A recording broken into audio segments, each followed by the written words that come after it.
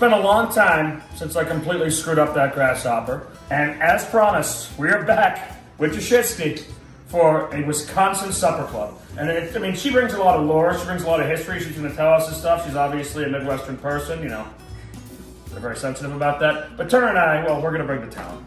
So what's about to happen here is I'm about to have my first sip of a shandy of 2022, which is a big deal for me. It might not be a big deal for anybody else, but Liney Kugel's summer shandy, you start drinking it in the spring, you don't stop until Halloween.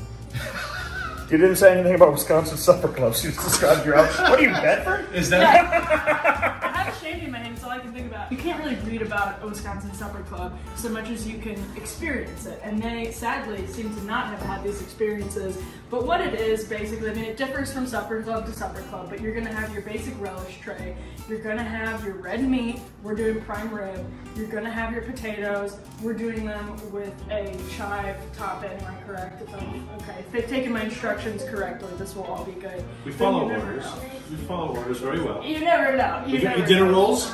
Dinner rolls, of course. Boiled eggs. And we're gonna be doing bacon. This is interesting. We're gonna be doing the brandy old fashioned, which was surprising, I think, especially to Turner.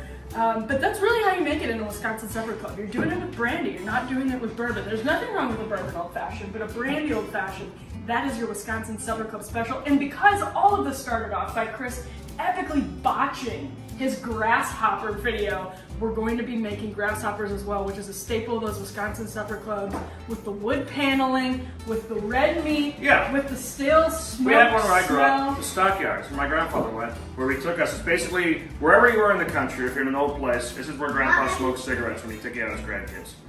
It's amazing. It's so American. It is so, it's this perfect little slice of Americana that is so comforting and so much fun, and we're bringing it here to Capitol Hill today. So gents, start your engines. This is Daniel Turner with Power of the Future. Hello again. Chris Bedford. Yeah, Chris Bedford at the Federalist in Right Forge. And Jashinsky, just culture editor, I think.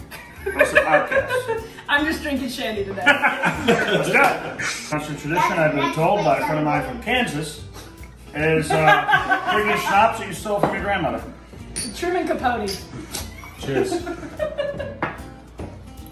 I'm serious, I don't know who I sold this from, but they're probably gone now. Rest in peace. Does this look familiar to you, Melissa? Are you getting a guilty conscience? A little bit. Do you steal this from your friend's mother? A little bit. A little bit. Can't trust women. I'll just do it like cribs. All right, so welcome to my crib. For the beer selection tonight, of course, we have the shandy. We also are offering a little bit of champagne.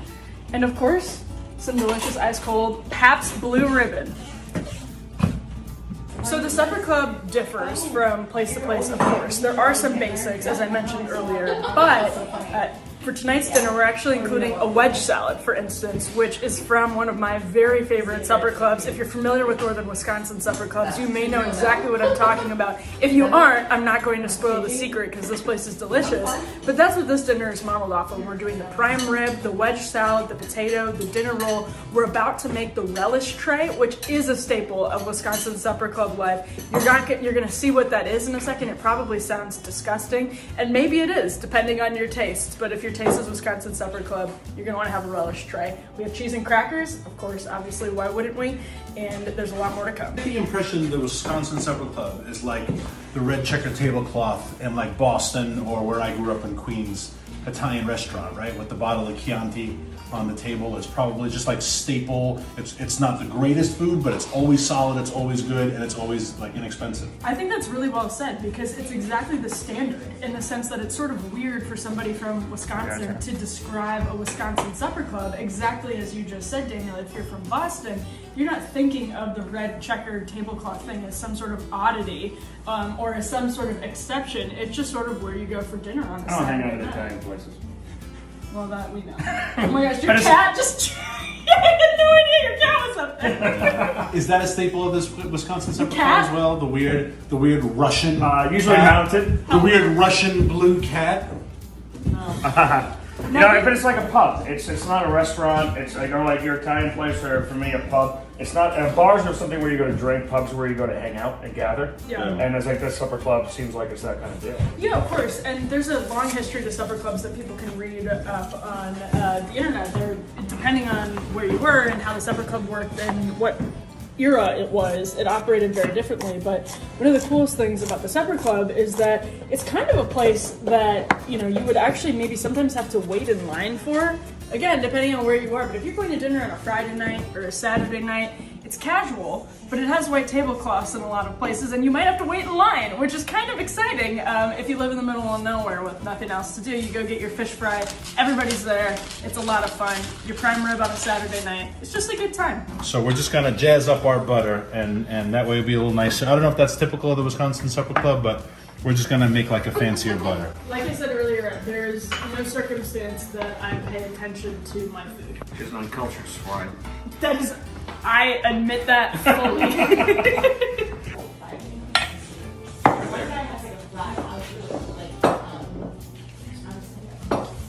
Do you need rosemary and thyme chopped up, Bedford? Yeah, 2 rosemary, 4 thyme. Twice the rosemary at a time. So I told Bedford we're gonna eat some cheese and crackers. He picked up some Wisconsin cheeses. This is what he brought. This is what I brought. I got the good old club crackers and of course the pub cheese. I love pub From cheese. the pub cheese. This guy comes in here with gourmet Wisconsin cheeses from Eastern Market here in Capitol Hill. But you know, if you're a real Wisconsinite, you know when you say you need cheese and crackers, this is what you really need. Well, this stuff was great, but I had a really rough day the other day, and I came home and Sarah knew it, and she had picked up pub cheese and or port wine cheese, crackers, and made cookies. And I was like, I feel so much better all of a sudden. He's talking about someone named Sarah, but we're all very over there. convinced she doesn't exist.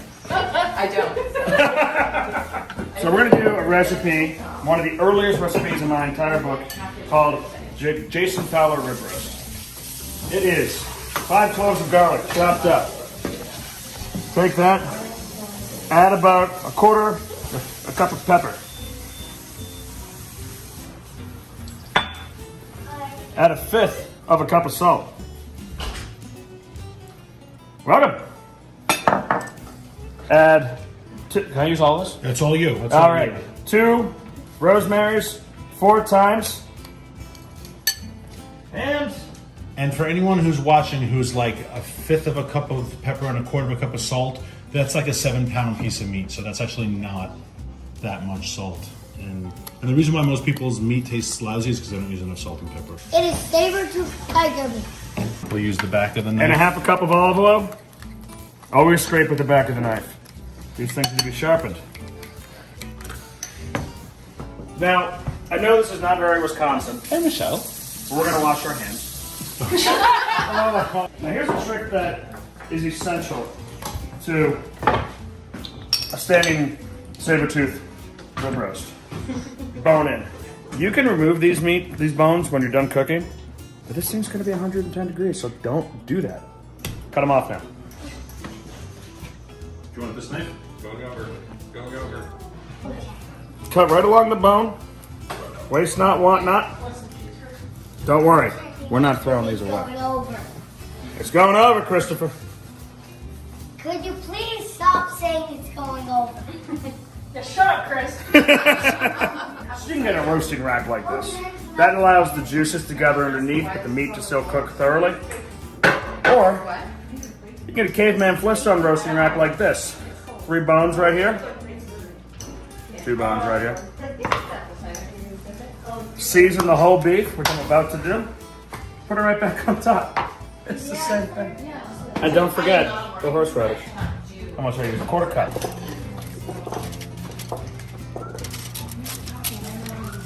Wrap it up in a little bit of saran wrap. Stick it back in the fridge so it keeps its shape. There's no way around this. Wait. Okay, leave minutes. Get yourself some good probes. Get Not like yourself some good pro. No, it's not. Just wash my hands. Not like your uncle claimed when he came home, covered in brandy, he'd been probed. No. Get yourself some good probes, folks. Test them out first. Oh, is it just... Figure out, so it's 72 degrees in here, that means this is working, because these things do short out. Get a few in there, because this thing is thick. P-H-I-C-C. Wait a second. I just got a jar of that in a Christmas gift basket, and I have no idea what the hell it is. Pickled beets? So that's part of the relish tray? Daniel, somebody gave you pickled beets. I got a huge basket of like American foods, and one of the thing was pickled beets, and I was like, oh, It's like cold. Does this person like it? I didn't know what to do with it.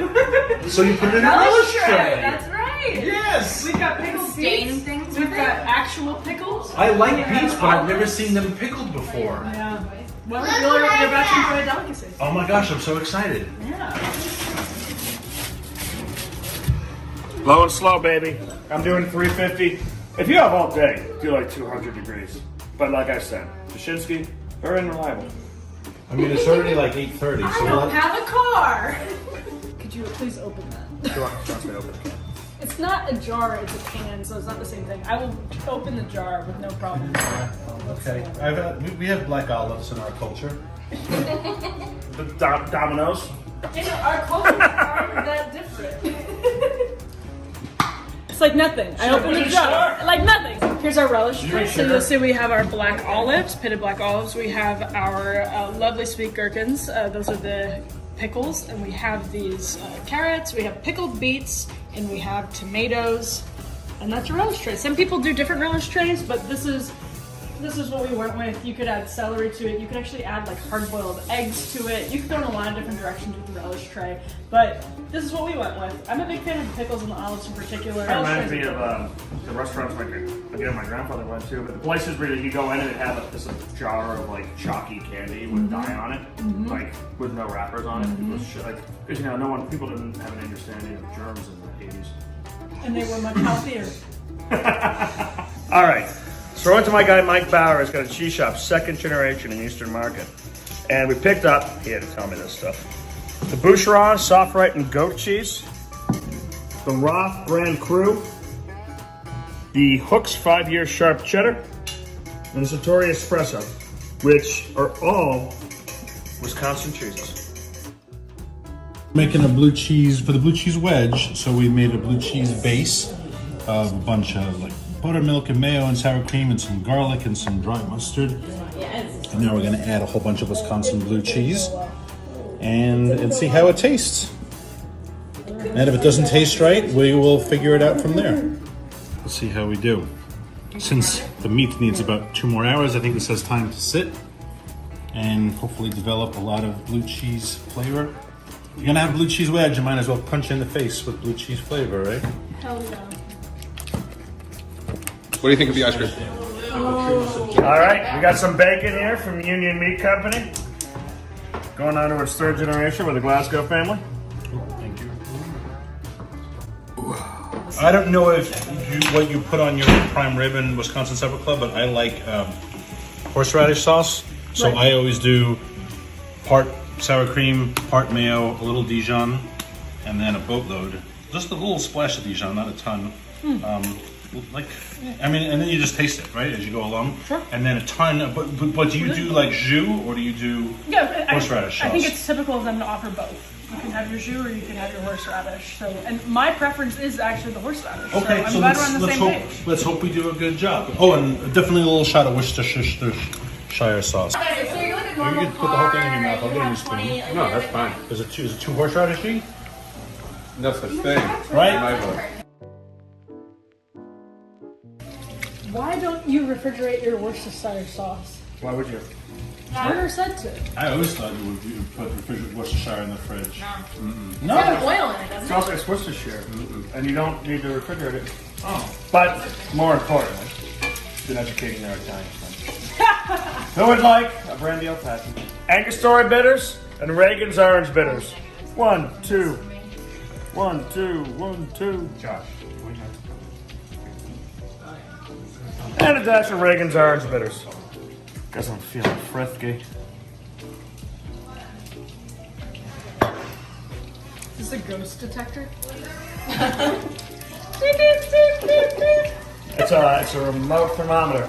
No, this is a ghost detector. How do you know that? So a twist of citrus, orange, or lemon.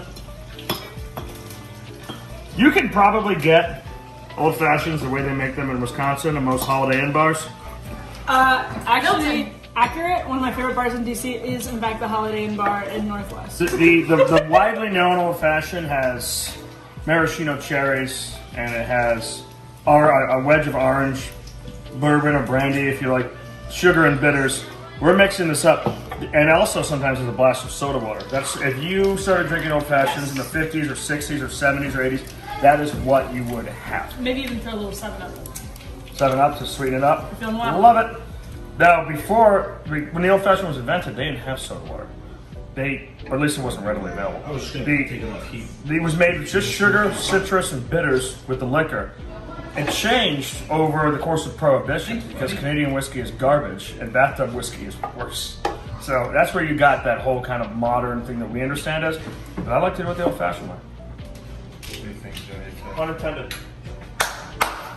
If you're from Wisconsin, people will occasionally ask you, what is your favorite kind of cheese? Now, this is not a question to ask someone from Wisconsin because we are not France, nor are we East Hampton. Clearly, you goat is make the amazing. cheeses. I mean, these two are awesome. Oh, we make the cheeses because we're Dairyland. Yes, absolutely. We'll take your cheese. We will happily sell it to you and buy Packers tickets with the money. 2 ounces of Lancary brandy. A little bit of champagne. She was worried for a second that she couldn't have an old-fashioned because she just opened a beer. I said, I don't see the problem. No, that was Melissa. You're confusing me for another problematic person. What was at the bottom? So you put sugar in. Sugar, orange bitters, regular bitters, twist of lemon. You put the butter 2 in. ounces of You Lancary. put the sugar in because the brandy isn't sweet enough. It's the Wisconsin palate, dude. It's a very sweet drink. I'm just saying, like it's brandy and sugar. It seems like we're making a dessert to Wisconsin. Garbage people. Cutting that out. You guys say hoser? Is that Wisconsin? That's Canada. That's Canada. Hoosiers? Is there a difference between Wisconsin and? Canada is Hoosiers is sports. an authoritarian dystopia. Now, which part of Wisconsin do you live in? That's Minnesota. That's That's Minnesota. Michigan. Oh. Yikes. I'm joking. So much going on. Joking. I was like, oh, where in Michigan are you from? And they were like, I'm from here. I was like, I have no idea what is happening right now. Yeah, Michigan's dumb. It's like Dennis the Menace does I think interpretive it's adding a dance. lot to the cinematography. It's an interpretive dance. Like when the Big Lebowski's landlord invites him to see his interpretive dance show. What do you think? They need like an hour and 15. Yeah, so we put them in around 90 degrees. Stab them, wash them, stab them, dry them. Boom. Boom. Now what are you putting it to? Royal high. Broil. How long do you broil it? 5 minutes. That's a serious broil. Good crust. 110? Do we need to lower that grate a little bit, or is it too? I'll put it in the bottom. Okay. That's it. That and chill. For the au jus.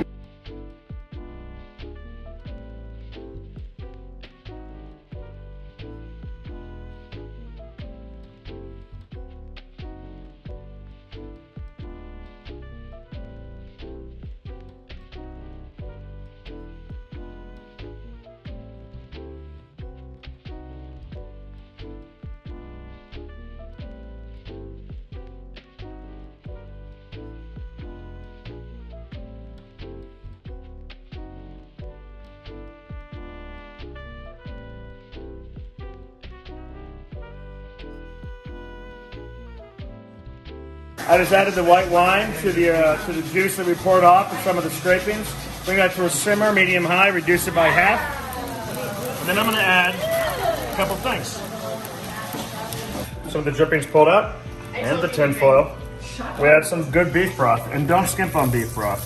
You either make it yourself or get the good stuff at the grocery store because it does make a difference. Something you would actually drink with a pint of vodka. What's the bloody bull? Right? Isn't that the bull shot. The Bloody Mary made with beef broth or something? Yeah, vodka, beef broth, Worcestershire, celery salt, little Tabasco if you want. It's a good hangover drink, probably. It's a great afternoon drink. And a teaspoon of sugar. Whisk it in. Ladies, please. This is a very serious cooking show, right? Ladies, please. Almost done. You guys want another brandy old fashioned? No. Yes. Okay. Okay. Prego. No, they don't say that in Wisconsin. They do. They love Prego. Bacon They bits. love I'm Prego. gonna crumble the bacon. It is the nicest sauce. I'm gonna crumble the bacon bits on top. You're Hard-boiled not egg. putting egg on my salad. No egg on the salad. And our famous blue cheese. Would you like it on the side or on top? I'll go for it. On top is great. Thank Dig you in so there. much. What I love is the crumbled blue cheese and the homemade blue cheese dressing. I think that's important. And Daniel, it's actually pretty Wisconsin. Thank you. Yeah. Fresh cracked pepper. Yes, sir. Crack that pepper. Beautiful. I hope we did your steak justice.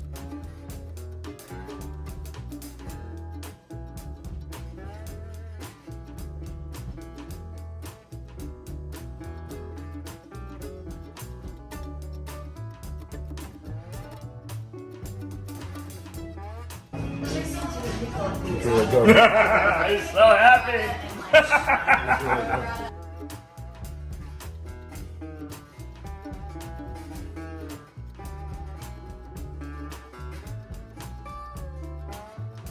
Really, the only thing missing right now is a They were lit literally cigarette. like the size of a lamb chop.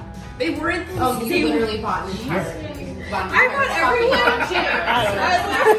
everyone. This is the reason that we all came together today. So what we gathered us here today is we're gonna have to make the grasshopper and make it correctly. The right way. Okay, so we got 3 scoops per person. That's right. Vanilla ice cream, half an ounce per person of creme de cacao. The cacao. Anything with this? Yeah, half ounce. Half ounce? Equal parts creme de cacao and creme de mint. That's right. What if you wanted to use different ice cream? Are you allowed to in Wisconsin? I don't know. I've never done it. Sounds like an I'm adventure. interested in chocolate chip, I tell you. Oh, you could do like mint, right? If you wanted to intensify. Another the mint. bottle stolen from Grandma. So they asked me Just what, kidding, Grandma. That was great, Grandma. as we were finishing the delicious prime rib, they asked me what is for dessert at a typical Wisconsin supper club, and I said, guys, that's the drinks. That's why we're here. It's the drinks that we're making, and that's what it is. You would have a grasshopper or something called a pink squirrel, which we're not making today, but you can Google it and make it on your own if you'd like. I'm just We're not partial to the degenerates, so grasshopper. we didn't do that. The pink squirrel. What's happening?